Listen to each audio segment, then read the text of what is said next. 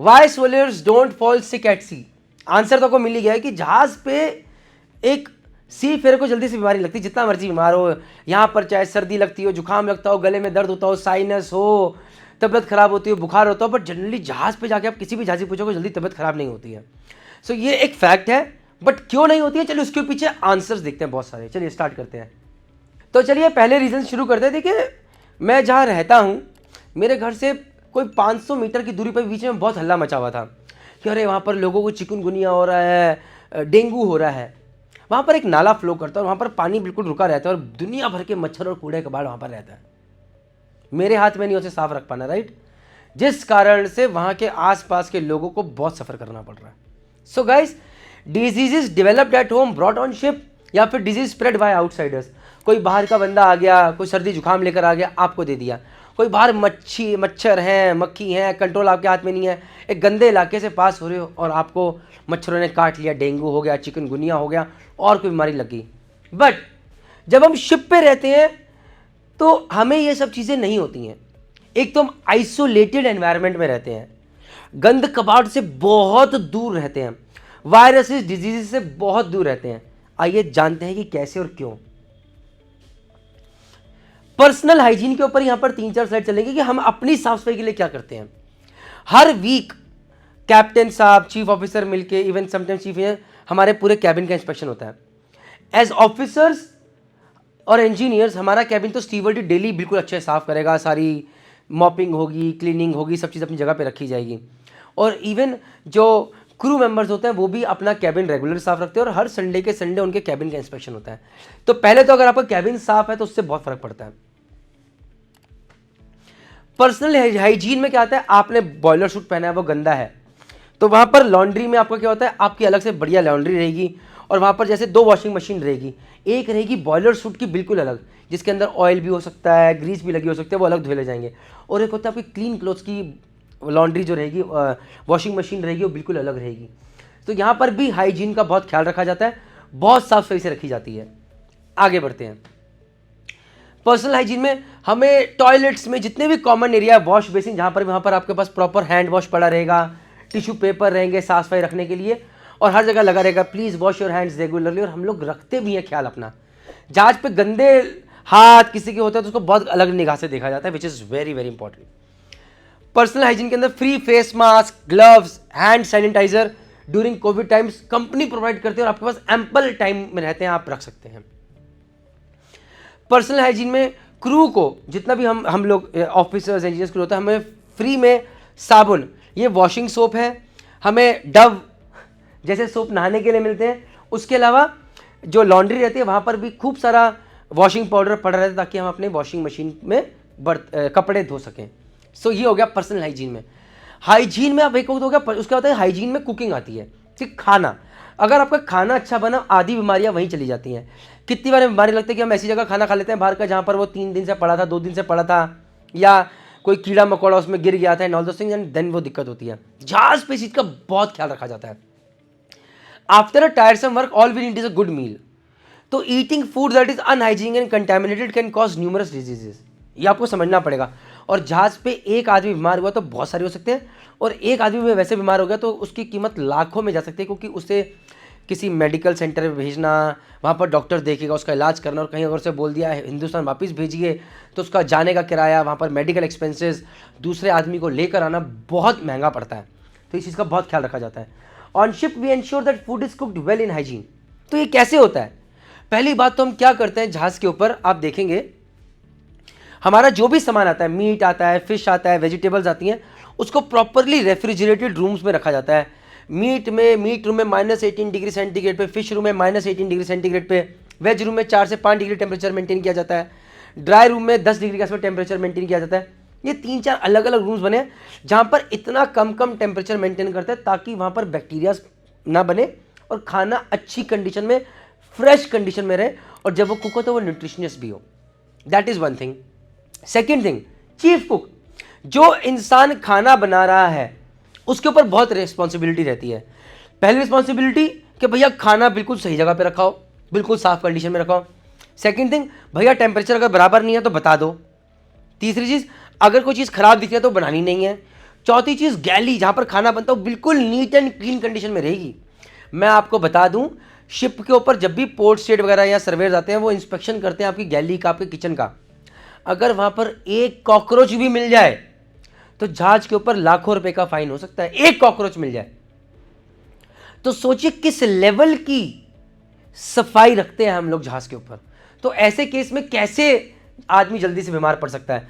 तो एक chief cook well train रहता है, उसके पास अपना सीओसी रहता है, उन्हें बहुत ध्यान रखना पड़ता है। गैली बिल्कुल नीट एंड क्लीन होनी चाहिए।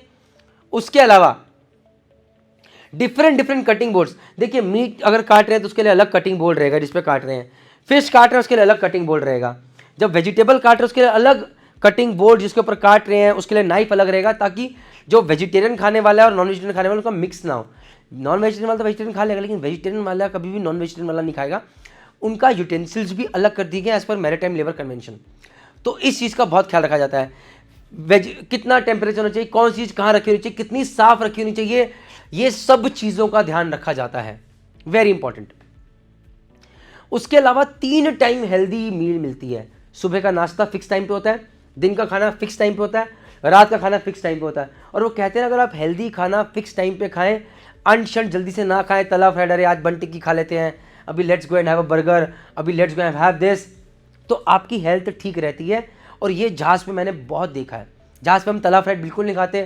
सिर्फ संडे को रात को हमें कभी कभी बर्गर वगैरह मिल जाते हैं, पिज़्ज़ा मिल जाता है, अदरवाइज अच्छी डाइट रहती है। चावल, दाल, फिश, मटन, चिकन, राजमा चावल, कढ़ी चावल, डिपेंडिंग अगर आप इंडियन कंटीजेंट का सेल कर रहे हैं, और नहीं तो अगर आप एक मिक्स फूड का सेल कर रहे हैं तो वहाँ पर कॉन्टिनेंटल खाना, spaghetti, boiled food, boiled chicken, दाल, रोटी, ये सब चीज़ रहती है।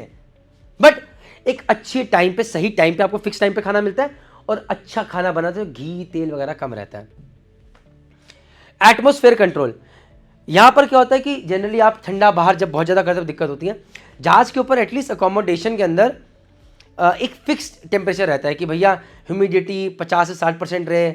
उसके अलावा जो टेम्परेचर है 24 से 25 डिग्री, 22 से 25 डिग्री के बीच में रहे, ताकि ना ज़्यादा ठंडी हो और ना ज़्यादा गर्मी हो। आप ये देखिए, हम इंजन रूम में 50 डिग्री पे भी काम करते हैं और वहाँ से बिल्कुल पसीने पसीना आ गया तो फिर से इंजन कंट्रोल रूम में आता है और वहाँ पर टेम्परेचर सीधा 22 डिग्री का मिलता है और हम ठंडा ठंडा पानी पीते हैं, लेकिन हम बीमार नहीं पड़ते। वाई? और यही अगर चीज़ हम हिंदुस्तान में यहाँ पर कर लें तो 1 मिनट में गला पकड़ लेगा, टॉन्सिल्स पकड़ लेंगे, जुकाम लग जाएगा। बट वहाँ क्यों नहीं होता? क्योंकि बाकी चीज़ों का बहुत अच्छे से ख्याल रखा गया, तो ठंडा गर्म कुछ अटैक नहीं करता है। तो एसी का बहुत बड़ा रोल रहता है, एक साउंड स्लीप मिलती है जो कि एक अच्छा रोल प्ले करता है। आगे बढ़ते हैं। ड्रिंकिंग वाटर, यहाँ पर हम पानी पीते हैं, अगर आप टैंकी का पानी पी लें जय माता दी, कहीं आप ओपन का पानी पी लें जय माता दी। मुझे अभी याद है, मैं बिहार में गया था घूमने के लिए, तो मैं गया जी गया और वहाँ पर गलती से मैंने हैंडपम्प का पानी पी लिया, उसका सीधा जॉन्डिस हो गया मेरे को। जहाज पे हम लोग खुद का पानी बनाते हैं फ्रेश वाटर जनरेटर के थ्रू, उस पानी को मिनरलाइजर के थ्रू पास करते हैं, यूवी स्टेरिलाइजर के थ्रू पास करते हैं, और उसके बाद आरओ भी लगा होता है। तो जो हमें पानी मिलता है उसकी कंडीशन काफ़ी अच्छी होती है, और उसके बाद भी हम उसका वीकली टेस्ट करते हैं, और हर 6 महीने उसका टेस्ट शोर भी किया जाता है कि अगर कुछ खराबी है तो फट से पकड़ी जाए। तो पानी हमें ठीक मिलता है। कभी अगर जहाज पे पानी बाई चांस ख़राब हो जाए तो कंपनी सीधा बिस्लरी वाटर या मिनरल वाटर प्रोवाइड कर देती है ताकि हम वो पी सकें। आजकल एक नई चीज़ निकल के आई है जहाँ पर कंपनी से बोला है कि हम प्लास्टिक ज़्यादा जनरेट नहीं करेंगे, तो आरओ वगैरह लगा दिया गया और वहाँ पर हमें हर किसी को अपनी बॉटल मिल गई है और अब हम आरओ से पानी भर सकते हैं, which is equal in very good condition. Sewage, अभी आप कहीं पर देखेंगे अगर कहीं पर सीवेज ओपन पड़ा है, कोई नाला गटर ओपन है, तो वहाँ पर खूब सारे कीड़े, खूब सारी बदबू, जर्म्स, वायरसेस सब पैदा होते हैं। जहाज के ऊपर जो आपका सीवेज होता है वह तो सीवेज होल्डिंग टैंक में जाएगा और वहाँ से बाहर चला जाएगा, नहीं तो एक सीवेज ट्रीटमेंट प्लांट के थ्रू पास होकर पूरा डिसइंफेक्ट करके उसे नीचे भेजा जाएगा। और यकीन मानिए ऐसे सीवेज ट्रीटमेंट प्लांट में से जब आपका सीवेज पास करता है, जो आप फ्लश करते हैं अपने टॉयलेट में, वो सर इतना ऐसा लगता है जैसे कि साफ पानी है, इतना ट्रीट होके जाता है।